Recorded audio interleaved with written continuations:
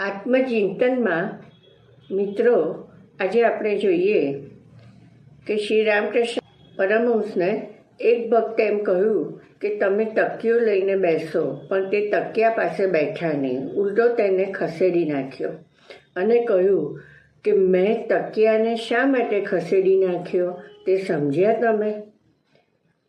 કારણ કે અભિમાનનો ત્યાગ કરવો તે બહુ કઠિન કામ છે.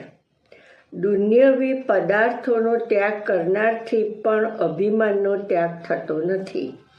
આપણે મનમાં એમ સમજીએ છીએ કે આપણામાં બિલકુલ અભિમાન રહ્યું નથી, પણ કોણ જાણે ક્યાંથી આવીને ઊભું રહે છે. બકરો કપાઈ ગયા પછી પણ કેટલી વાર તેના અવ્યય હાલ્યા કરે છે. તમને કોઈ વાર ભયંકર સ્વપ્ન આવે છે, તમે જાગી ઉઠો છો, સારી રીતે જાગ્રત થાવ છો, તો પણ કેટલો વખત સુધી તમારી છાતી ધડક્યા કરે છે. અભિમાન પણ તેવું જ છે. મારી કાઢીએ તો પણ કોણ જાણે ક્યાંથી આવીને ઊભું રહે છે. માટે જ હું તમને બધાને ગંભીરપણે કહું છું કે મારી ખાતર બરદાસ્ત ન કરો. તમે મને આવો તકિયો ને બધું ના આપો. એટલું બધું સરસ કહ્યું છે કે એમણે એમ કહ્યું કે આ તકિયો મારે ના જોઈએ, કારણ કે અભિમાન આવે છે કે હું કંઈક છું, મારામાં આ જ્ઞાન છે, મને આના દર્શન થયા છે. આ બધું ના જોઈએ, કારણ કે અભિમાન એ આપણને ક્યાંયના રહેવા દેતું નથી. એટલે એમણે બકરાનું ઉદાહરણ આપ્યું કે કપાઈ ગયા પછી પણ એના અવયવ હાલ્યા કરે છે.